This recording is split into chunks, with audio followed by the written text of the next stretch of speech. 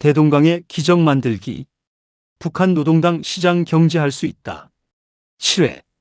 북한 자본주의 변신 너무 쉽다. 최고 지도자만 결단하면 끝. 북한의 국가자본주의 첫걸음. 북한은 자본주의로 전환하기 아주 쉬운 나라입니다. 최고 지도자가 결단을 내리면 일사천리로 진행할 수 있습니다. 자본주의를 받아들일 토양도 이미 다 만들어져 있습니다.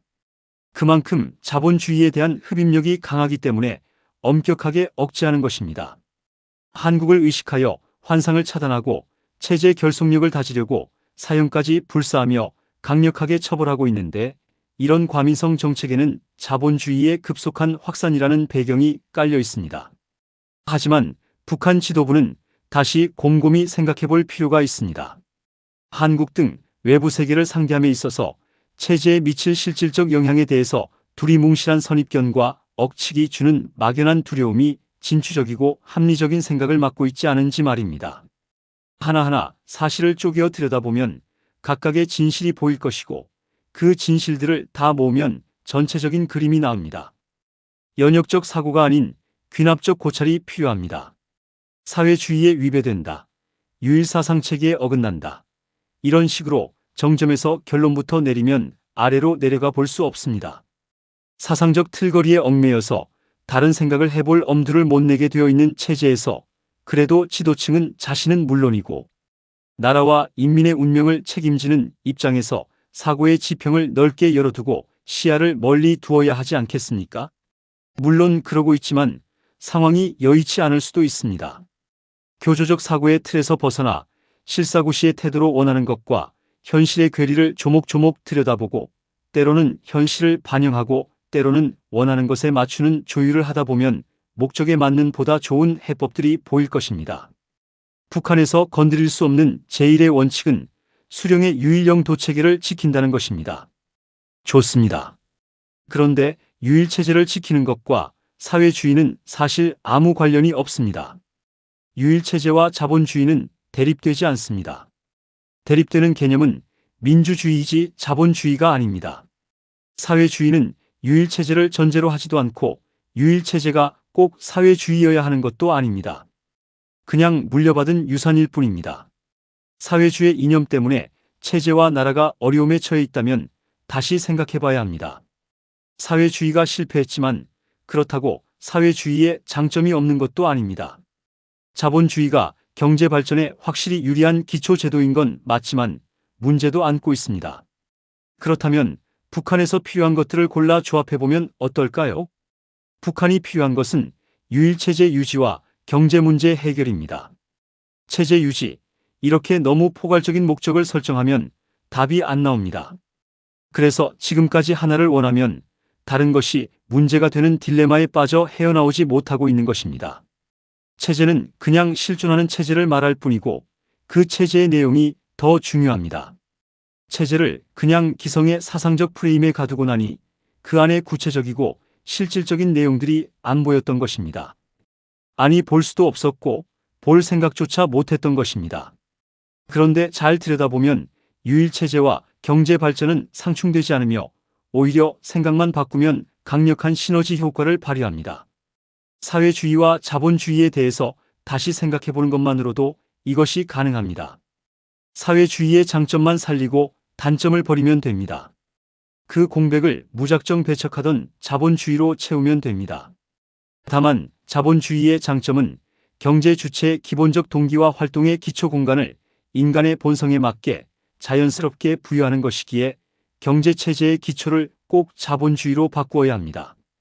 사회주의의 장점은 포괄적인 계획이나 부의 배분가치, 국가의 장기적 비전과 공공의 복지 영역을 국가가 주도한다는 것인데, 이것은 국가 경제체제의 상부구조에 필요한 것입니다.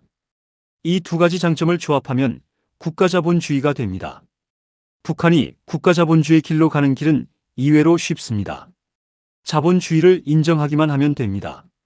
적어도 자본주의의 장점을 받아들이겠다고 결단하면 됩니다. 사회주의를 버리는 것이 아니라 자본주의와 결합하여 더 생기가 있는 경제체제로 탈바꿈하는 것입니다. 자, 그럼 이제 걱정이 하나 생깁니다. 자본주의 개방에 따라 들어오는 자유주의 사상은 어쩌지 하는 것입니다. 북한의 현 정치 제재는 그 바람을 막기에 충분합니다. 오히려 너무 넘쳐서 문제입니다. 그리고 중국도 베트남도 해내고 있고 큰 문제가 없었습니다. 구더기 무서워 장을 못 담는 잘못을 범하지 말아야 합니다. 그리고 북한 인민을 충분히 설득할 수 있고 그들은 감수하고 받아들일 것입니다. 당장 배고픔에서 벗어나고 가난을 떨쳐내고 부유해지기 시작하면 아무것도 안 되는 자유보단 질서 있는 성장을 선호할 것입니다. 그래서 평양 지도부가 제일 먼저 할 일은 자본주의를 인정하고 받아들이는 것입니다. 그리고 그에 맞게 법제도부터 고쳐야 합니다. 말보다 행동으로 보여주는 것입니다. 헌법부터 시작하여 민법, 형법 등 사법제도를 사유재산을 인정하고 보호하는 국제규범에 맞게 고쳐야 합니다. 자본주의를 받아들임에 있어서 법제도를 개혁하여 정치적 관여가 배제된 사유재산 등 재산관계의 법적 제도적 보호장치를 만드는 것이 핵심입니다. 그래야 모두가 믿고 투자를 하고 열심히 일하며 체제의 수호자가 됩니다. 이렇게 자본주의 제도를 채택하고 나면 모든 일이 순조로워집니다. 특히 외부 세계와의 관계가 적대적이 아닌 상호 이익을 추구하는 우호적 관계로 바뀝니다. 모든 나라가 반길 것입니다. 이때 북한은 미국과 외교 관계를 맺는 과정에 들어갈 수 있습니다. 미국과 외교 관계, 비핵화, 경제적 보상과 지원, 영구적 안전보장 체계 같은 핵심 안건들을 모두 테이블에 올려놓고 패키지 협상을 할 수 있을 것입니다. 중국이나 러시아가 소외되어 반대하지 않도록 미국, 중국, 일본, 러시아 주변 4개국이 북한의 영구 중립과 안전을 공동으로 보장하는 협의체를 구성하는 방안도 있습니다. 물론 한국이 지원하면 좋겠지만 두 국가의 실존을 법적으로 인정해야 하는 선행과제가 있습니다. 미국 대사관이 평양에 들어서면 외부의 돈과 기업이 따라 들어옵니다. 북한은 변화된 환경에 맞게 한국과의 관계 설정도 다시 해야 합니다. 북한이 한국과 과거를 청산하고 미래 지향적인 교류로 나아가려면 해야 할 일이 많겠지만 적어도 두 가지는 반드시 해야 합니다. 6.25 남침 공격을 인정하고 선대를 대신하여 사과하는 것입니다. 이는 아주 중요한 정치적 행위이면서 인도적인 일이기도 합니다. 마음의 응어리를 풀어주어야 서로 화해하고 인정하려는 진심이 생깁니다. 다른 하나는 정치범 수용소를 해체하는 것입니다. 사실 북한 체제의 이미지를 흐리게 하는 최대 이슈가 정치범 수용소임을 평양 지도부도 잘 알 것입니다. 그런데 이런 수용소는 체제 유지에 사실 필요치 않습니다. 너무 과하고 비인도적인 과거의 유산으로 이제 청산해야 합니다. 중국이나 베트남이 이런 수용소가 없이도 잘 유지되고 있고 법적 테두리 안에서의 형벌만으로도 충분히 관리가 됩니다. 이 두 가지만 단행하면 북한의 체제는 자본주의 도입과 더불어 확실한 이미지 변신에 성공할 것입니다. 그리고 따라오는 호감과 신뢰는 돈과 사람과 물자의 대대적인 유입으로 나타날 것입니다. 이렇게 새로워진 북한은 대동강의 기적을 향해 역사의 길이 남을 첫걸음을 뗍니다. 이제 평양의 지도부는 자신만만 세계를 향해 질주를 시작합니다. 다음 시간부터는 북한에서 자본주의 시장 경제가 뿌리내리는 토양이 되는 법제도 개혁 과제들부터 하나하나 살펴보겠습니다. 감사합니다.